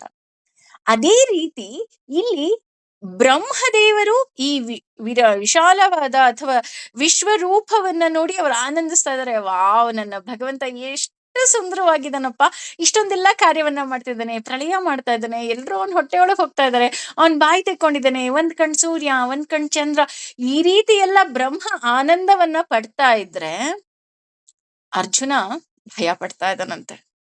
ಹೇಗೆ ಹನುಮ ಖುಷಿಯನ್ನ ಪಟ್ಟ, ಸುಗ್ರೀವ ಹೆದರುಕೊಳ್ತಾ ಇದ್ದ, ಅದೇ ರೀತಿ ಇಲ್ಲೂ ಸಹ ಬ್ರಹ್ಮದೇವರು ಆನಂದಿಸ್ತಾ ಇದ್ರೆ ಅರ್ಜುನ ಭಯವನ್ನ ಪಟ್ಕೊಂಡ ಅಂತ ಇಲ್ಲಿ ಹೇಳ್ತಾ ಹೋಗ್ತಾರೆ. ಅದಕ್ಕೆ ಹೇಳ್ತಾ ಇದಾರೆ, ನಿನ್ನ ಈ ಕೋರೆ ಹಲ್ಲು, ಆ ಕೆಂಗಣ್ಣುಗಳು, ಆ ಬಾಯಿಯಿಂದ ಬೆಂಕಿ ಉಗುಳುತ್ತಾ ಇರೋದು, ಇದೆಲ್ಲ ನನಗ್ ನೋಡಕ್ಕಾಗಲ್ಲ ಕಣಪ್ಪ, ನನಗ್ ತುಂಬಾ ಭಯ ಆಗತ್ತೆ, ನನಗ್ ತುಂಬಾ ಹೆದರಿಕೆ ಆಗತ್ತೆ, ನನ್ನನ್ನ ಕ್ಷಮಿಸ್ಬಿಡು. ನೋಡಿ, ಈ ವಿಶ್ವರೂಪವನ್ನ ನೋಡೋದಿಕ್ಕೂ ಸಹ ಶಕ್ತಿ ಬೇಕು, ಸಾಮರ್ಥ್ಯ ಬೇಕು ಅನ್ನೋದು ಇಲ್ಲಿ ನಮಗೆ ಬಹಳ ಸುಂದರವಾಗಿ ಕಾಣಿಸ್ತಾ ಇದೆ. ಅದೇ ಮುಂದುವರೆದು ಇಲ್ಲಿ ಹೇಳ್ತಾ ಇದ್ದಾರೆ 26 ಮತ್ತು 27ನೇ ಶ್ಲೋಕದಲ್ಲಿ, ಅಮಿ ಚ ಅಮಿ ಅಂದ್ರೆ ಈ, ಚ ಅಂದ್ರೆ ಕೂಡ, ತ್ವಂ ನಿನ್ನನ್ನು, ಧೃತರಾಷ್ಟ್ರನ ಪುತ್ರರು ಮಕ್ಕಳು, ಸರ್ವ ಎಲ್ಲರೂ, ಸಹ ಜೊತೆಗೆ, ಏವ ನಿಜವಾಗಿ, ಅವನಿಪಾಲ ಕ್ಷತ್ರಿಯ ದೊರೆಗಳು, ಸಂಘಃ ಗುಂಪುಗಳು, ಭೀಷ್ಮದೇವ, ದ್ರೋಣಾಚಾರ್ಯ, ಸೂತಪುತ್ರ ಕರ್ಣ, ತಥಾ ಕೂಡ, ಅಸೌ ಈ, ಸಹ ಜೊತೆಗೆ, ಅಸ್ಮದಿಹೆ ನಿನ್ನ ನಮ್ಮವರಾದ, ಅಪಿ ಕೂಡ, ಯೋಧನ ಮುಖಂಡರು, ವಕ್ತ್ರಾಣಿ ಬಾಯಿಯಿಂದ, ತೇ ನಿನ್ನ, ತ್ವರಮಾಣಃ ಧಾವಿಸುತ್ತಾ, ವಿಷ್ಣಾಮಿ ಪ್ರವೇಶಿಸುತ್ತಾರೆ, ದಂಷ್ಟ್ರ ಹಲ್ಲುಗಳಿಂದ, ಕರಾಳವಾದ, ಭಯಂಕರಾನಿ ಬಹಳ ಭೀಕರವಾದ, ಕೇಚಿತ್ ಅವರಲ್ಲಿ ಕೆಲವರು, ವಿಲಗ್ನ ಸಿಕ್ಕಿಕೊಂಡು, ದರ್ಶನ ಅಂತರೇಶು ಹಲ್ಲುಗಳ ನಡುವೆ, ಸದೃಶ್ಯತೆ ಕಾಣಿಸುತ್ತಾರೆ, ಚೂರ್ಣತೈ ಅಂದ್ರೆ ಜಗಿಯಲ್ಪಟ್ಟು, ಉತ್ತಮ ಅಂಗೈ ತಲೆಗಳಿಂದ. ಅಂದ್ರೆ ಧೃತರಾಷ್ಟ್ರನ ಎಲ್ಲ ಪುತ್ರರು ಹಾಗೂ ಅವರ ಎಲ್ಲ ಸ್ನೇಹಿತರು, ರಾಜರುಗಳು, ಭೀಷ್ಮ, ದ್ರೋಣ ಮತ್ತು ಕರ್ಣ, ಅಷ್ಟೇ ಅಲ್ಲ ನಮ್ಮ ಮುಖ್ಯ ಯೋಧರುಗಳು ಎಲ್ಲರೂ ಸಹ ಭಯಂಕರವಾಗಿ ನಿನ್ನ ಬಾಯಿನ ಪ್ರವೇಶ ಮಾಡ್ತಾ ಇದ್ದಾರೆ. ಕೆಲವರಂತೂ ನಿನ್ನ ಹಲ್ಲುಗಳ ಮಧ್ಯೆ ಸಿಕ್ಕಾಕೊಂಡಿದ್ದಾರೆ. ಅದನ್ನ ನೀನು ಒಂದೇ ಒಂದು ಬಾರಿ ಅಗಿದ ತಕ್ಷಣ ಅವರ ತಲೆಗಳೇನಿದೆ ನಿನ್ನ ಹಲ್ಲುಗಳ ಮಧ್ಯದಲ್ಲಿ ನನಗೆ ಕಾಣ್ತಾ ಇದೆ. ನನಗೆ ತುಂಬಾ ಭಯ ಆಗ್ತಿದ್ಯಪ್ಪ ಅಲ್ವಾ? ಆಬ್ವಿಯಸ್ಲಿ ನಮಗೂ ಸಹ ಇದನ್ನ ಕೇಳಿದ್ರೇನೆ ಭಯ ಆಗತ್ತೆ. ಹಾಗಿರ್ಬೇಕಾರೆ ಪಾಪ ಅರ್ಜುನ ಹೇಗೆ ನೋಡಿರ್ಬೇಕು? ಹಾಗಂದ ತಕ್ಷಣ ನಮಗೆ ಒಂದು ಡೌಟ್ ಶುರು ಆಗತ್ತೆ, ಅಲ್ಲ ಇನ್ನು ಯುದ್ಧನೇ ಶುರು ಆಗಿಲ್ಲ, ದುರ್ಯೋಧನ ಮೊದಲಾದ ಕೌರವರು ನಿನ್ನ ಬಾಯಲ್ಲಿ ಇದ್ದಾರೆ, ನಿನ್ ಬಾಯಲ್ಲಿ ಹೋಗ್ತಾ ಇದ್ದಾರೆ, ಅದ್ರ ಜೊತೆ ನಮ್ಮ ಕಡೆಯವರು ಹಲವಾರು ರಾಜರು, ಹಲವಾರು ಮುಖಂಡರು, ಇವರೆಲ್ಲ ಹೋಗ್ತಾ ಇದಾರಲ್ಲ, ಕರ್ಣ ಹೋಗ್ತಾ ಇದ್ದಾನೆ, ಭೀಷ್ಮಾಚಾರ್ಯರು ಹೋಗ್ತಾ ಇದ್ದಾರೆ, ಹೇಗ್ ಸಾಧ್ಯ ಇದು? ಜಸ್ಟ್ ನಾವೆಲ್ಲ ಹೇಗೆ ಊಟವನ್ನ ಮಾಡ್ತೀವಿ ಆ ರೀತಿ ಅವರೆಲ್ಲ ನೀನು ತಿಂತಾ ಇದ್ಯಾ. ಆ ತಿನ್ನಬೇಕಾದ್ರೆ ಏನಾಗ್ತಿದೆ, ಆ ಕೆಲವರ ಕತ್ತುಗಳೇನಾಗಿದೆ ಆ ಹಲ್ಲುಗಳ ಮಧ್ಯದಲ್ಲಿ ಸಿಕ್ಕಾಕೊಂಡಿರೋದು ನನಗೆ ಕಾಣಿಸ್ತಾ ಇದೆ. ಎಷ್ಟು ಭಯಂಕರವಾದ ವಿಶ್ವರೂಪ ಅಲ್ವಾ? ಹೌದಾ? ಹಾಗಿದ್ರೆ ಅವರೆಲ್ಲ ಯುದ್ಧದಲ್ಲಿ ಇಲ್ವಾ ಅಂತ ಅಂದ್ರೆ, ಯುದ್ಧದಲ್ಲಿ ಅವರೆಲ್ಲ ಇನ್ನೂ ಇದ್ದಾರೆ ಕಣ್ರಿ. ಆದರೆ ಅವರು ಯಾರೂ ಸಹ ಯುದ್ಧದಲ್ಲಿ ಇದ್ರೂ ಸಹ ಭಗವಂತನ ಬಾಯಿಯಲ್ಲಿ ಹೋಗ್ತಾ ಇರೋದು ಅರ್ಜುನನಿಗೆ ಕಾಣ್ತಾ ಇದ್ದಾರೆ. ಇದು ಹೇಗೆ ಸಾಧ್ಯ ಅಂತ ಅಂದ್ರೆ, ಈಗ ಉದಾಹರಣೆ, ನಾವೀಗ ಒಂದು ಫಾರಿನ್ ಟ್ರಿಪ್ ಮಾಡ್ಬೇಕು ಅಂತ ಅನ್ಕೊಳ್ಳೋಣ. ಫಾರಿನ್ ಟ್ರಿಪ್ ಮಾಡ್ಬೇಕು ಅಂದ ತಕ್ಷಣ, ಈಗ ಇಲ್ಲೇ ಬೆಂಗಳೂರಿಗೆ ಹೋದಾಗೆ, ಮೈಸೂರಿಗೆ ಹೋದಾಗೆ, ನಡಿಯಪ್ಪ ಬಸ್ ಹತ್ತದೆ ನಾನು ಹೋದೆ, ಅಥವಾ ಕಾರ್ ತಗೊಂಡೆ ಹೋದೆ, ಅಥವಾ ಟ್ರೈನ್ ಹತ್ತದೆ ಹೋದೆ, ಹಾಗಾಗತ್ತಾ? ಇಲ್ಲ ಅಲ್ವಾ? ಏನ್ ಮಾಡ್ಬೇಕು? ಮೊದ್ಲಿಗೆ ವೀಸಾಗೆ ಅಪ್ಲೈ ಮಾಡ್ಬೇಕು. ಅದಕ್ಕೆ ಪೊಲೀಸ್ನವರೆಲ್ಲ ಬಂದು ಎನ್ಕ್ವೈರಿ ಮಾಡ್ತಾರೆ. ಆಮೇಲೆ ಅದೆಲ್ಲ ಸ್ಯಾಂಕ್ಷನ್ ಆಗತ್ತೆ. ಅದು ಸ್ಯಾಂಕ್ಷನ್ ಎಲ್ಲ ಆದ್ಮೇಲೆ ನಾವೇನ್ ಮಾಡ್ತೀವಿ? ವೀಸಾ ಎಲ್ಲ ಆಗತ್ತೆ. ಆಮೇಲೆ ನಾವು ಎಲ್ಲಿಗೆ ಹೋಗ್ಬೇಕು ಅಂತ ಹೇಳಿ ಸ್ವಲ್ಪ ದುಡ್ಡನ್ನ ಕೂಡ್ಸಿ ಇಟ್ಕೊಳ್ತೀವಿ. ಆಮೇಲೆ ಟಿಕೆಟ್ ಬುಕ್ ಮಾಡ್ತೀವಿ. ಆಮೇಲೆ ಹೋಗ್ತೀವಿ. ಇದ್ರ ಹಿಂದೆ ಒಂದು ಹೆಚ್ಚು ಕಮ್ಮಿ ಒಂದು 3 ತಿಂಗಳ ಕೆಲ್ಸನಾದ್ರೂ ಇರುತ್ತೆ ಅಲ್ವಾ? ಅದೇ ರೀತಿ ಇಲ್ಲೂ ಸಹ ಅಷ್ಟೇ. ಇಲ್ಲಿ ಆ ಭಗವಂತನ ಬಾಯಲ್ಲಿ ಎಲ್ಲರೂ ಹೋಗ್ತಾ ಇರೋದು ಹೇಗಿದೆ ಅಂತ ಅಂದ್ರೆ, ಅಶ್ವತ್ಥಾಮ, ಕೃಪಾಚಾರ್ಯರು ಮತ್ತು ಪಂಚಪಾಂಡವರು ಇವ್ರು ಎಲ್ಲ ಬಿಟ್ಟು ಎಲ್ಲರೂ ಸಹ ಭಗವಂತನ ಬಾಯಿಗೆ ಆಲ್ರೆಡಿ ಹೋಗ್ಬಿಟ್ಟಿದ್ರಂತೆ. ಹೇಗಪ್ಪ? ಇದು ಹೇಗ್ ಸಾಧ್ಯ ಆಯ್ತು ಅಂತ ಅಂದ್ರೆ, ಮನೇಲಿ ಒಂದು ಸೂಪರ್ ಆಗಿರೋ ಬ್ಯೂಟಿಫುಲ್ ಒಂದು ವಾಸ್‌ನ ಅಮ್ಮ ತಂದಿಟ್ಟಿರ್ತಾಳೆ. ಮಗು ಏನ್ ಮಾಡುತ್ತೆ? ಒಡೆದು ಬಿಡುತ್ತೆ. ಒಡೆದಾಗ ಅದು ಚೂರ್ ಚೂರ್ ಆಗ್ಬಿಡತ್ತೆ ಅಲ್ವಾ? ಆದ್ರೆ ಆ ಮಗು ತುಂಬಾ ಬುದ್ಧಿವಂತ. ಅಯ್ಯೋ, ಇದು ನನ್ನ ತಲೆಗೆ ಬರ್ಬಾರ್ದಪ್ಪ, ನಾನು ಒಡೆದು ಹಾಕಿದ್ದು ಅಂತ ಏನ್ ಮಾಡ್ತಾರೆ, ಮತ್ತೆ ಆಸ್ ಇಟ್ ಈಸ್ ಹಂಗೇನೆ ಪಾಟ್ ತರನೇ ಕಾಣೋ ಹಾಗೆ ಮತ್ತೆ ಕೂಡ್ಸಿಟ್ಬಿಡತ್ತೆ. ಆದ್ರೆ ಅಮ್ಮ ಕಸ ಹೊಡಿಬೇಕಾದ್ರೋ ಏನೋ ಕೆಲಸ ಮಾಡ್ಬೇಕಾದ್ರೋ ಆ ಪಾಟ್ ಮುಟ್ಟಿದ ತಕ್ಷಣ ಏನಾಗೋಗುತ್ತೆ? ಬಿದ್ದು ಪೀಸ್ ಪೀಸ್ ಆಗ್ಬಿಡುತ್ತೆ. ಆದ್ರೆ ನಮಿಗ್ ಗೊತ್ತು. ನಮ್ಗೀಗ ನಾವು ಇದ್ ಕತೆ ಕೇಳಿರೋದ್ರಿಂದ ನಮಿಗ್ ಗೊತ್ತು. ಅದು ಮೊದ್ಲೇ ಒಡ್ದ್ ಹೋಗಿತ್ತು. ಕೇವಲ ಅದನ್ನ ಜೋಡ್ಸಿದ್ರು ಅಷ್ಟೇ. ಪಾಪ ಅಮ್ಮನ್ ತಲೆಗ್ ಬಂದ್ಬಿಡ್ತಲ್ಲ, ಆ ಮಗು ಅಲ್ವಾ ಮಾಡಿದ್ದು ಅಂತ. ಅದೇ ರೀತಿ ಇಲ್ಲಿ ಎಲ್ಲರೂ ಸಹ ಭಗವಂತನ ಹೊಟ್ಟೆಗೆ ಆಲ್ರೆಡಿ ಹೋಗ್ಬಿಟ್ಟಿದ್ದಾರೆ. ಇಲ್ಲಿ ಕೇವಲ ಅರ್ಜುನ ಇರಬಹುದು ಅಥವಾ ಕುರುಕ್ಷೇತ್ರ ಯುದ್ಧ ಇರ್ಬೋದು. ಇದು ಕೇವಲ ನೆಪ ಮಾತ್ರ. ಅಂದ್ರೆ ಅರ್ಜುನನಿಗೆ ಮುಂಚೆನೆ ಗೊತ್ತಾಗ್ತಾ ಇದೆ, ಭಯ ಆಗ್ತಿದೆ. ಹೇಗೆ ಇದೆಲ್ಲ ಸಾಧ್ಯ? ನಾನಿನ್ನೂ ಯುದ್ಧನೇ ಮಾಡಿಲ್ಲ. ಯುದ್ಧ ಶುರುನೇ ಆಗಿಲ್ಲ. ಯುದ್ಧಕ್ಕಿಂತ ಮುಂಚೆನೆ ನಾನು, ಅಂದ್ರೆ ಯುದ್ಧ ಶುರುವಾಗೋದಕ್ಕಿಂತ ಮುಂಚೆನೆ ನಾನು ಹೆದರ್ಕೊಂಡು ಕೂತಿದ್ದೆ. ಆದ್ರೆ ಇಲ್ಲಿ ನೋಡಿದ್ರೆ ಎಲ್ಲ ಆಲ್ರೆಡಿ ಭಗವಂತನ ಬಾಯಿಗೆ ಹೋಗ್ತಾ ಇದಾರಲ್ಲಪ್ಪ. ಇದಕ್ಕೆ ರಾಘವೇಂದ್ರ ಸ್ವಾಮಿಗಳು ಒಂದ್ ಕಡೆ ಈ ಶ್ಲೋಕಕ್ಕೆ ಕತೆಗೆ ಆ ತುಂಬಾ ಚೆನ್ನಾಗಿ ಒಂದು ಕಥೆಯನ್ನ ಹೇಳ್ತಾರೆ.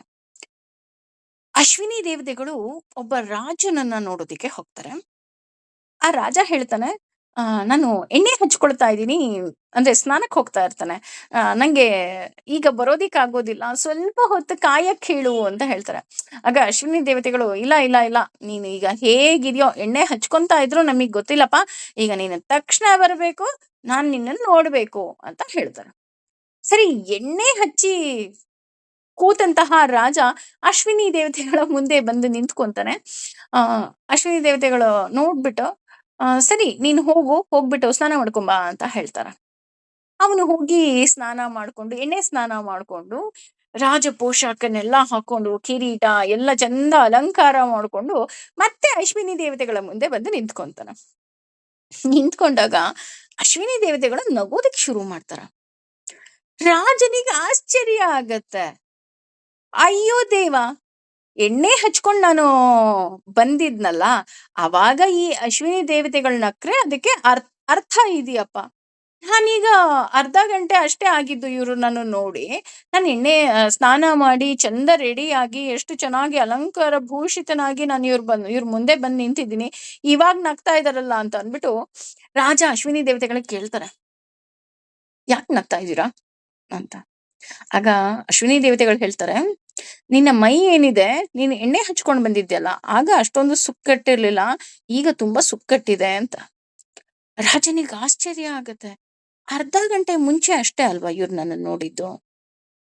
ಈಗ ಉದಾಹರಣೆ, ಒಂದು 3-4 ತಿಂಗಳ ಹಿಂದೆ ನಿಮ್ಮನ್ನ ಯಾರೋ ಒಬ್ರು ನೋಡಿರ್ತಾರೆ. ಈಗ ಈಗ ಒಂದ್ 3-4 ತಿಂಗಳಾದ್ಮೇಲೆ ನೋಡಿದಾಗ ಅವ್ರು ಹೇಳ್ತಾರೆ, ಏಯ್ ನೀವ್ ಸಣ್ಣ ಆಗಿದ್ದೀರಾ, ನೀವ್ ದಪ್ಪ ಆಗಿದ್ದೀರಾ, ನಿಮ್ ಮುಖ ತುಂಬಾ ಸುಕ್ಕುಗಟ್ಟಿದೆ, ಅಥವಾ ನೀವ್ ಚೆನ್ನಾಗಾಗಿದ್ದೀರಾ, ಏನ್ ಬೇಕಾದ್ರೂ ಕಮೆಂಟ್ ಮಾಡ್ಬೋದು. ದಪ್ಪ ಆಗಿದ್ದೀರಾ, ಸಣ್ಣ ಆಗಿದ್ದೀರಾ, ಈ ರೀತಿ. ಅವಾಗ ಅರ್ಥ ಇದೆ. ಯಾಕೆ ಅಂದ್ರೆ 2 to 3 months ಅವ್ರು ನೋಡಿರಲ್ಲ, ಅವ್ರು ನಿಮ್ಗೇನೋ ಹೇಳ್ತಿದ್ದಾರೆ ಅಂತ.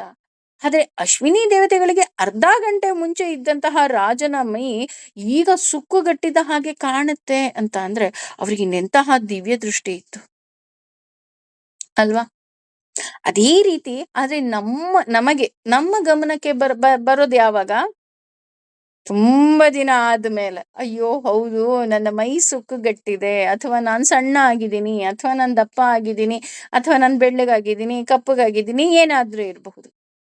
ಇಲ್ಲಿ ಯಾಕೆ ಈ ಮಾತನ್ನ, ಇದೇ ಕಥೆಯನ್ನ ಆ ರಾಘವೇಂದ್ರ ಸ್ವಾಮಿಗಳು ಇಲ್ಲಿ ಹೇಳ್ತಾರೆ ಅಂತ ಅಂದ್ರೆ,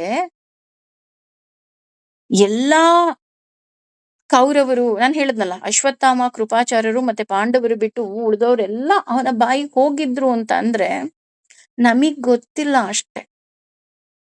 ಇದೆಲ್ಲ ಪೂರ್ವ ನಿರ್ಧಾರಿತ. ಅದಕ್ಕೆ ಹೇಳಿದ್ದು ನಾಹಂ ಕರ್ತ ಹರಿಕರ್ತ. ಎಷ್ಟು ಒಳ್ಳೇದು ಮಾತಾಡಕ್ಕಾಗುತ್ತೋ ಮಾತಾಡಿ, ಎಷ್ಟು ಒಳ್ಳೆ ಕಾರ್ಯಗಳು ಮಾಡೋದಕ್ಕಾಗುತ್ತೋ ಮಾಡಿ. Because we don't know what is his plan. ಪ್ರತಿದಿನ ಬೆಳಿಗ್ಗೆ ಎದ್ದ ತಕ್ಷಣ ನಾವು ಹೇಳ್ತೀವಿ, ಕೌಸಲ್ಯ ಸುಪ್ರಜಾ ರಾಮ ಪೂರ್ವ ಸಂಧ್ಯಾ ಪ್ರವರ್ತತೆ. ಅದ್ರಲ್ಲಿ ಒಂದು ಲೈನ್ ಬರುತ್ತೆ, ಉತ್ತಿಷ್ಟ ಉತ್ತಿಷ್ಟ ಗೋವಿಂದ ಉತ್ತಿಷ್ಟ ಗರುಡ ಧ್ವಜ ಉತ್ತಿಷ್ಟ ಕಮಲಾ ಕಾಂತ ತ್ರೈಲೌಕ್ಯಂ ಮಂಗಲಂ ಕುರು. ನಾವೇನ್ ಅನ್ಕೊಂಡಿದೀವಿ, ತಿರುಪತಿ ತಿಮ್ಮಪ್ಪ ಮಲ್ಕೊಂಡ್ಬಿಟ್ಟಿದಾನೆ, ರಾತ್ರಿ ನಿದ್ದೆ ಲೈಟ್ ಆಫ್ ಮಾಡಿ ನಾನು ಮಲ್ಕೊಂಡ್ಬಿಟ್ಟಿದ್ನಲ್ಲ, ಅವಾಗ ತಿರುಪತಿ ತಿಮ್ಮಪ್ಪನು ಮಲ್ಕೊಂಡ್ಬಿಟ್ಟಿದ್ದಾನೆ, ಎಲ್ಲಾ ದೇವರು ಮಲ್ಕೊಂಡ್ಬಿಟ್ಟಿದ್ದಾರೆ, ನಾನು ಉತ್ತಿಷ್ಟ ಉತ್ತಿಷ್ಟ ಅಂತ MS ಸುಬ್ಬಲಕ್ಷ್ಮಿದು ಸುಪ್ರಭಾತ ಹಾಕಿದ ತಕ್ಷಣ ಅವನು ಎದ್ಬಿಟ್ಟು, ಹಾ ಏನಪ್ಪಾ ಏನೇನಾಗ್ತಿದೆ ಜಗತ್ತಲ್ಲಿ ಅಂತ ಆಗುತ್ತೆ ಅಂತ ನಾವು ತಿಳ್ಕೊಂಡ್ಬಿಟ್ಟಿದೀವಿ. ನೋ, ಆ ಉತ್ತಿಷ್ಟ ಉತ್ತಿಷ್ಟ ಗೋವಿಂದ ಉತ್ತಿಷ್ಟ ಯಾರಿಗೆ ಅಂತ ಅಂದ್ರೆ ನಮ್ಮ ಮೂಲಾಧಾರದಲ್ಲಿ ಮಲಗಿರುವಂತಹ ಭಗವಂತನಿಗೆ. ದಟ್ ಮೀನ್ಸ್ ಭಗವಂತ ನನ್ನಲ್ಲಿದ್ದಾನೆ, ನಾನು ಎಚ್ಚರಗೊಂಡು ನನ್ನ ಕೈಯಲ್ಲಿ ಭಗವಂತ ನೀನ್ ಒಳ್ಳೆ ಕೆಲಸ ಮಾಡ್ಸಪ್ಪ ಅಂತ. ಯಾಕೆ ಅಂತ ಅಂದ್ರೆ ನಮ್ಮ ಹಿರಿಯರು ಎಷ್ಟು ಸುಂದರವಾಗಿ ಅಂತ ಅಂದ್ರೆ, ನಾಹಂ ಕರ್ತ ಹರಿಕರ್ತ ಅನ್ನೋ ಹಾಗೆ ನನ್ನ ಕೈಯಲ್ಲಿ ಏನೂ ಇಲ್ಲ, ಭಗವಂತ ನನ್ನ ಕೈಯಲ್ಲಿ ಮಾಡಿಸ್ಬೇಕು. ಹಾಗಾಗಿ ಭಗವಂತ ನೋಡು, ನಾನು ಬೆಳಗ್ಗೆ ಎದ್ದಿದ್ದೀನಿ, ನನ್ನ ಕೈಯಲ್ಲಿ ಎಷ್ಟು ಧರ್ಮ ಕಾರ್ಯ ಮಾಡಿಸೋದಿಕ್ಕಾಗುತ್ತೋ, ಅಥವಾ ನನ್ನಿಂದ ಯಾರಿಗೆಲ್ಲ ಸಹಾಯ ಮಾಡೋದಿಕ್ಕಾಗುತ್ತೋ ಅಷ್ಟನ್ನೂ ಸಹ ಮಾಡಿಸೋ ಜವಾಬ್ದಾರಿ ನಿಂದು ತಂದೆ ಅಂತ. ಇವತ್ ನಾನು ಯಾರಿಗೋ ಬೈದೆ, ಯಾರಿಗೋ ಹೊಡೆದೆ, ಅಥವಾ ಇನ್ಯಾರ ಮೇಲೋ ಕೋಪ ಮಾಡ್ಕೊಂಡೆ, ಇನ್ಯಾರ ಮೇಲೋ ಸಿಟ್ಟು ಮಾಡ್ಕೊಂಡೆ, ನನ್ನದಲ್ಲ ಅಲ್ವಾ, ಭಗವಂತಂದು. ಹಂಗಂತ ಎಲ್ಲ ತಪ್ಪು ಕೆಲಸ ಮಾಡಿ ಭಗವಂತನ ಮೇಲೆ ಹಾಕೋದಲ್ಲ, ನಾವು ಶರಣಾಗ್ಬೇಕು ಅವನ ಕೈಲಿ. ಅದಕ್ಕೆ ಹೇಳಿದ್ದು, ಬೆಳಗ್ಗೆ ಎದ್ದೆಡ್ತಿದ್ದ ಹಾಗೆ ಉತ್ತಿಷ್ಟ ಉತ್ತಿಷ್ಟ, ನನ್ನ ಮೂಲಾಧಾರದಲ್ಲಿ ಇರುವಂತಹ ಭಗವಂತ ನನ್ನ ಕೈಯಲ್ಲಿ ಧರ್ಮ ಕೆಲಸ ಮಾಡ್ಸಪ್ಪ, ಯಾರಿಗೂ ನೋವಾಗದೆ ಇರೋ ಹಾಗೆ ನಡೆಸೋ ರೀತಿ ನಿನ್ನದಪ್ಪ ಅಂತ ನಾವು ಅವನಿಗೆ ಬೆಳಗ್ಗೆ ಎದ್ದು ಎಷ್ಟು ಶರಣಾಗ್ತೀವೋ ಅಷ್ಟು ಒಳ್ಳೇದು. ನಮ್ಮ ಯಾವುದೋ ಒಂದು ಗ್ರೂಪ್ ನಲ್ಲೋ ಅಥವಾ ಇನ್ನೆಲ್ಲೋ ಮತ್ತಲ್ಲೋ ಕೆಲವರು ಇರ್ತಾರೆ, they will hurt the people ಅಲ್ವಾ, ಸುಮ್ನೆ ಬೇಜಾರ್ ಮಾಡ್ತಾರೆ. ನಮಗ್ ಗೊತ್ತಾಗತ್ತ, ಅಯ್ಯೋರು ಯಾಕಪ್ಪ ಹೀಗ್ ನೋವು ಮಾಡ್ತಾರೆ. ಅದಕ್ಕೆ ಹೇಳಿದ್ದು, ನಾವು ಅವನಿಗೆ ಎಷ್ಟು ಶರಣಾಗ್ತಾ ಹೋಗ್ತೀವಿ ಅಷ್ಟು ನಮ್ಮ ಕೈಲಿ ಒಳ್ಳೆ ಕೆಲಸವನ್ನ ಮಾಡಿಸ್ತಾ ಹೋಗ್ತಾನೆ ಭಗವಂತ.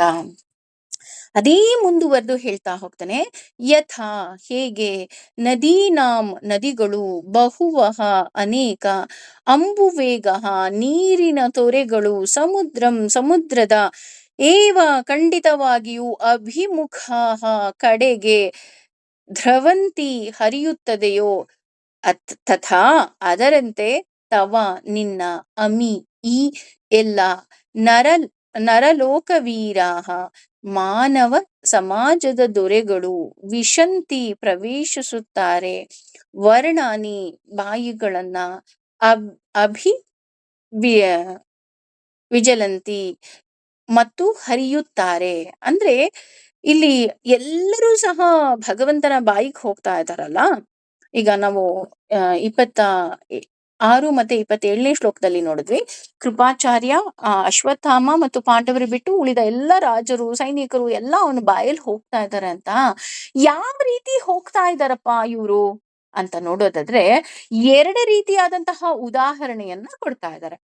ಒಂದು, ಯಾವ ರೀತಿ ನದಿಗಳು ಸಮುದ್ರವನ್ನ ಸೇರಬೇಕು ಅಂತ ವೇಗವಾಗಿ ಹರಿದು ಹೋಗುತ್ತೆ. ನದಿ ಹರಿಯುತ್ತೆ, ವೇಗವಾಗಿ ಹರಿಯುತ್ತೆ. ಯಾವ ನದಿನೂ ನಿಧಾನ ಕರಿಯೋದಿಲ್ಲ, ವೇಗವಾಗಿ ಹರಿಯುತ್ತೆ. ಯಾಕೆ ವೇಗವಾಗಿ ಹರಿತಾ ಇದೆ? ನಾನು ಹೋಗಿ ಸಮುದ್ರವನ್ನ ಸೇರ್ಬೇಕು. ಅಂದ್ರೆ ಇಲ್ಲಿ ಎರಡು ರೀತಿ. ಒಂದು, ಸಜ್ಜನರು ಹಾಗೂ ಒಳ್ಳೆಯವರು, ಭಗವಂತನ ಭಕ್ತರು ಅವರ ಹುಟ್ಟಿನಿಂದ ಸಾಯುವವರೆಗೂ ಬಹಳ ಒಳ್ಳೆ ಒಳ್ಳೆ ಧರ್ಮ ಕಾರ್ಯವನ್ನ ಮಾಡಿ ಓಡ್ತಾ ಇರ್ತಾರೆ. ಯಾಕೆ ಅಂದ್ರೆ, ನಾನು ನನ್ನ ಭಗವಂತನ ಸೇರ್ಬೇಕಪ್ಪ, ಇದು ನನ್ನ ಜೀವನದ ಉದ್ದೇಶ, ನಾನು ಮಾನವರ ಹುಟ್ಟಿದೀನಿ, ನನ್ನ ಮಾನವ ಜನ್ಮ ನನಗೆ ಸಿಕ್ಕಿದೆ, ನಾನು ಭಗವಂತನ್ ಸೇರ್ಬೇಕು, ವ್ರತ ಮಾಡು, ಏಕಾದಶಿ ವ್ರತ ಮಾಡು, ಇದು ಮಾಡು, ಅದು ಮಾಡು, ಒಟ್ಟು ಒಳ್ಳೆ ಕೆಲಸ ಮಾಡು, ಭಗವಂತನ್ ಸೇರು. ಅರ್ಥ ಆಯ್ತಾ? ಇನ್ನೊಂದು, ಇಲ್ಲಿ ಎಷ್ಟು ಸುಂದರವಾದ ಉದಾಹರಣೆ ಕೊಟ್ಟಿದ್ದಾರೆ ಅಂದ್ರೆ, ಬೆಳಗುತ್ತಿರುವ ದೀಪಕ್ಕೆ ಪತಂಗಗಳು ಬಂದು ಸೇರುವ ಹಾಗೆ. ಒಂದು ದೀಪ ಇಟ್ಟಿರ್ತೀವಿ, ಈಗಿನ ಕಾಲದಲ್ಲಿ ಸ್ವಲ್ಪ ಕಮ್ಮಿ, ಬಟ್ ಸ್ಟಿಲ್ ನೀವು ಎಲ್ಲಾದ್ರೂ ಕಾಡಿಗೆ ಅಂತ ಟ್ರೆಕ್ಕಿಂಗಿಗೆ ಹೋದಾಗ ಅಥವಾ ಈ ಮಳೆಗಾಲದಲ್ಲಿ ಏನಾಗ್ತಾ ಹೋಗುತ್ತೆ, ಇವಾಗ ಬಿಡಿ ಎಲ್ರ ಮನೇಲೂ ಕರೆಂಟ್ ಇದೆ, ಹಳೆ ಕಾಲದಲ್ಲಿ ಕರೆಂಟ್ ಇರ್ತಾ ಇರ್ಲಿಲ್ಲ, ದೀಪವನ್ನ ಹಚ್ತಾ ಇದ್ವಿ. ಆ ದೀಪವನ್ನ ಹಚ್ಚಿದಾಗ ಆ ಹುಳಗಳು ಏನ್ ಮಾಡುತ್ತೆ, ಆ ದೀಪಕ್ಕೆ ಅಟ್ರಾಕ್ಟ್ ಆಗ್ತಾ ಹೋಗುತ್ತೆ ಅಲ್ವಾ, ಹೋಗ್ಬಿಟ್ಟು ಆ ದೀಪವನ್ನ ಮುಟ್ಟುತ್ತೆ, ದೀಪದಲ್ಲಿ ಸುಟ್ಟು ಹೋಗತ್ತೆ. ಇದೆಲ್ಲರೂ ನೋಡಿದೀರಾ ಅಂತ ನಾನು ಅನ್ಕೊಳ್ತೀನಿ. ಇಲ್ಲಿ ಎರಡು ಉದಾಹರಣೆ. ಒಂದು, ನದಿಗಳು ತಾನಾಗಿ ತಾನು ಓಡು ಹೋಗಿ ಸಮುದ್ರವನ್ನ ಸೇರ್ತಾ ಇದೆ. ಎರಡನೆಯದು, ಹುಳಗಳು ದೀಪಕ್ಕೆ ಆಕರ್ಷಿತರಾಗಿ ಬಂದು ಸುಟ್ಟು ಹೋಗ್ತಾ ಇದೆ. ಅಂದ್ರೆ ಒಂದು, ಸಜ್ಜನರು ತಾನಾಗಿ ತಾನೇ ನಾನ್ ಭಗವಂತನ್ ಸೇರ್ಬೇಕು ಅಂತ ಓಡ್ ಹೋಗ್ತಾ ಇದ್ರೆ, ದುಷ್ಟರು ತಮಗೆ ಅರಿವಿಲ್ಲದ ಹಾಗೆ ಭಗವಂತನ, ಅಂದ್ರೆ ಈಗ ಕೌರವರೆಲ್ಲ ಭಗವಂತನ ಬಾಯಿಗೆ ಹೋಗ್ತಾ ಇದ್ರು. ಹೇಗ್ ಹೋಗ್ತಾ ಇದ್ರು? ಭೀಷ್ಮಾಚಾರ್ಯರ ಹಾಗ ಅಲ್ಲ, ದ್ರೋಣಾಚಾರ್ಯರ ಹಾಗ ಖಂಡಿತ ಅಲ್ಲ. ಅವರೆಲ್ಲ ಪುಣ್ಯಾತ್ಮರು, ಅವರು ಬಹಳ ಒಳ್ಳೆ ಕೆಲಸವನ್ನ ಮಾಡಿ ಭಗವಂತನ ಬಾಯಿಗೆ ಹೋಗ್ತಾ ಇದ್ರು, ನದಿ ಸಮುದ್ರವನ್ನ ಸೇರೋ ಹಾಗೆ. ಆದ್ರೆ ಈ ಕೌರವರೆಲ್ಲ ಹುಳಗಳ ಹಾಗೆ, ಅದು ಬೆಂಕಿಗೆ ತಾಕಿ ಸುಟ್ಟು ಹೋಗ್ತಾ ಇತ್ತು, ಅದು ತನ್ನ ಪ್ರಾಣವನ್ನ ತ್ಯಾಗ ಮಾಡ್ತಿತ್ತು. ಇಲ್ಲಿ ಎರಡೂ ಸಹ ಪ್ರಾಣ ತ್ಯಾಗ ಮಾಡೋ ಹಾಗೇನೆ, ಆದರೆ ಎರಡೂ ಸಹ ಭಿನ್ನ. ಅದೇ ರೀತಿ ಸಜ್ಜನರಿಗೆ ದುರ್ಜನರಿಗೆ ಇರೋ ವ್ಯತ್ಯಾಸ ಹೇಳ್ತಾರಲ್ಲ ಕೆಲವರು, ಯಾಕ್ರಿ ಭಗವಂತನ ಪೂಜೆ ಮಾಡ್ಬೇಕು, ಯಾಕ್ರಿ ಭಗವಂತನ ನಾಮಸ್ಮರಣೆ ಮಾಡ್ಬೇಕು, ಹುಟ್ಟಿದವರೆಲ್ಲರೂ ಸಾಯ್ತಾರಪ್ಪ, ಅದಕ್ಕೆ ಯಾಕೆ ತಲೆ ಕೆಡಿಸ್ಕೋಬೇಕು ಅಂತ ವಾದ ಮಾಡೋರಿದ್ದಾರೆ ಅಲ್ವಾ.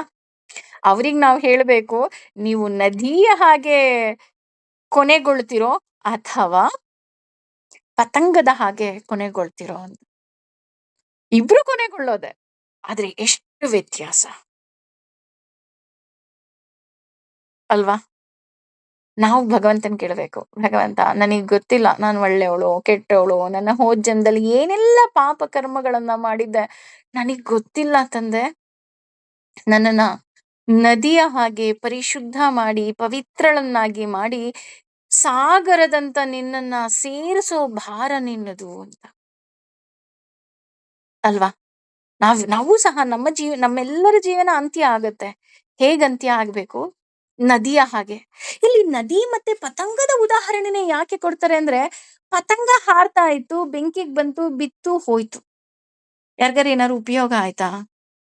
ನೋ. ಇನ್ನೂ ಇರಿಟೇಟ್ ಮಾಡ್ತು, ಕಷ್ಟ ಕೊಡ್ತು.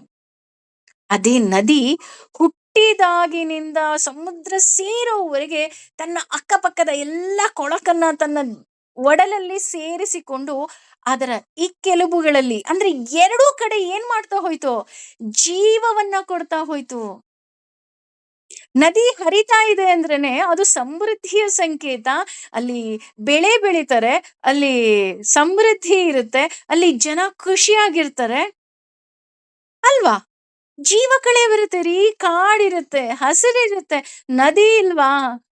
ಅಲ್ಲೆಲ್ಲ ಮರುಭೂಮಿ ಇರುತ್ತೆ. ಅಂದ್ರೆ ಇದ್ರ ಅರ್ಥ ಏನು? ನೀನ್ ಯಾರ ಜೀವನದಲ್ಲಾದ್ರೂ ಒಂದೇ ಒಂದು ನಿಮಿಷ ಮಾತಾಡ್ದ್ಯಾ? ಒಂದು ಕ್ಷಣ ಅವರು ನಿನ್ನ ಸ್ನೇಹವನ್ನ ಬಯಸಿದ್ರ? ಅವರ ಜೀವನದಲ್ಲಿ ನೀನು ಬೆಳಕಾಗು. ಅವರ ಜೀವನದಲ್ಲಿ ನೀನು ಎಷ್ಟು ಜೀವವನ್ನ ತುಂಬೋದಿಕ್ಕಾಗುತ್ತೋ ಅಷ್ಟು ಜೀವನವನ್ನ ವಿಥೌಟ್ ಎನಿ ಎಕ್ಸ್‌ಪೆಕ್ಟೇಷನ್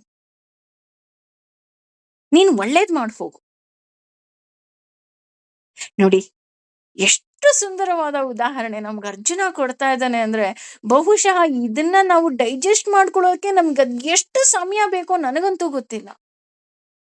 ಯಾಕೆ ಅಂತ ಅಂದ್ರೆ, ಅಷ್ಟು ಸುಂದರವಾಗಿ ನಮ್ಮ ಜೀವನ ಹೇಗಿರ್ಬೇಕು ಭಗವಂತನ ಬಾಯಲ್ಲಿ ಎಲ್ರೂ ಹೋಗ್ತಾ ಇದ್ದಾರೆ. We knew it. ಆದ್ರೆ ಹೇಗೆ ಹೋಗ್ತೀವಿ ಅನ್ನೋದು ನಮ್ಮ ಕರ್ಮ ನಿರ್ಧಾರ ಮಾಡ್ತಾ ಹೋಗುತ್ತೆ. ಭಗವಂತ ನಿರ್ಧಾರ ಮಾಡ್ತಾ ಇಲ್ಲ. ಭಗವಂತನಿಗೆ ಎಲ್ಲವುದು ಒಂದೇ, ನದಿನೂ ಒಂದೇ, ಪತಂಗನೂ ಒಂದೇ, ಎಲ್ಲವುದನ್ನು ತನ್ನ ಬಾಯಲ್ಲಿ ಹಾಕೊಳ್ತಾ ಇದ್ದಾನೆ. ಆದ್ರೆ ನಮ್ಮ ಕರ್ಮ ಅದು ಡಿಸೈಡ್ ಮಾಡ್ತಾ ಹೋಗುತ್ತೆ. What is you? ನೀನ್ ಏನು? ಸರ್ವಂ ಶ್ರೀ ಕೃಷ್ಣಾರ್ಪಣ ಅನ್ಬೇಕು ಅಷ್ಟೇ. ಯಾಕೆ ಅಂದ್ರೆ ನನಗೆ ನಿಜವಾಗ್ಲೂ ಇದನ್ನ ಓದ್ಬೇಕಾದ್ರೆ, ಇದನ್ನ ಅರ್ಥ ಮಾಡ್ಕೋಬೇಕಾದ್ರೆ ನನಗನ್ಸಿದ್ದು ಅಷ್ಟೇನೆ, ಎಷ್ಟೆಲ್ಲ ವಿಷಯಗಳನ್ನ ಭಗವದ್ಗೀತೆಯಲ್ಲಿ ಭಗವಂತ ಅಡಗಿಸಿಟ್ಟಿದಾನಪ್ಪ ಅಲ್ವಾ? ಹಾಗಾಗಿ ಭಗವಂತ ನಮ್ಮ ಕೈಯಲ್ಲಿ ಇನ್ನೂ ಎಷ್ಟು ಧರ್ಮ ಕಾರ್ಯವನ್ನ ಮಾಡಿಸೋದಿಕ್ಕಾಗುತ್ತೋ ನಿಜಕ್ಕೂ ಸಹ ಅಷ್ಟೂ ಧರ್ಮ ಕಾರ್ಯವನ್ನ ಭಗವಂತ ಮಾಡಿಸ್ಲಿ. ನದಿಯ ಹಾಗೆ ನಮ್ಮೆಲ್ಲರ ಜೀವನ ಇರ್ಲಿ. ಅದಷ್ಟೇ ಅಲ್ಲ, ನದಿ ಹಾಗೆ ನಮ್ಮನ್ನ ಪವಿತ್ರಗೊಳಿಸ್ಲಿ, ಪಾವನಗೊಳಿಸ್ಲಿ. ನಮ್ಮನ್ನ ಅವನಲ್ಲಿ ಸೇರಿಸ್ಕೋಬೇಕಾದ್ರೆ ನಮ್ಮ ಜೀವನ ಏನಿದೆ ಅದು ನದಿಯ ಹಾಗಿರ್ಬೇಕೇ ವಿನಃ ಖಂಡಿತವಾಗಿಯೂ ಪತಂಗದ ಹಾಗಿರಬಾರದು. ಹುಟ್ಟಿದವನು ಸಾಯ್ಲೇಬೇಕು. ಇದು ನಮ್ಮೆಲ್ಲರಿಗೆ ಗೊತ್ತಿರುವಂತಹ ಆ ನೀತಿ.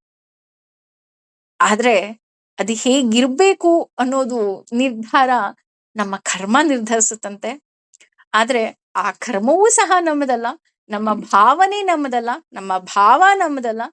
ಬಿಕಾಸ್ ಇಷ್ಟು ಶ್ಲೋಕದ ಅರ್ಥಗಳಲ್ಲಿ ನಮಗ್ ಗೊತ್ತಾಗಿರೋದು ಒಂದೇ, ನಾಹಂ ಕರ್ತ ಹರಿಕರ್ತ. ಹಾಗಾಗಿ ಭಗವಂತನಿಗೆ ಕಂಪ್ಲೀಟ್ ಶರಣಾಗೋಣ.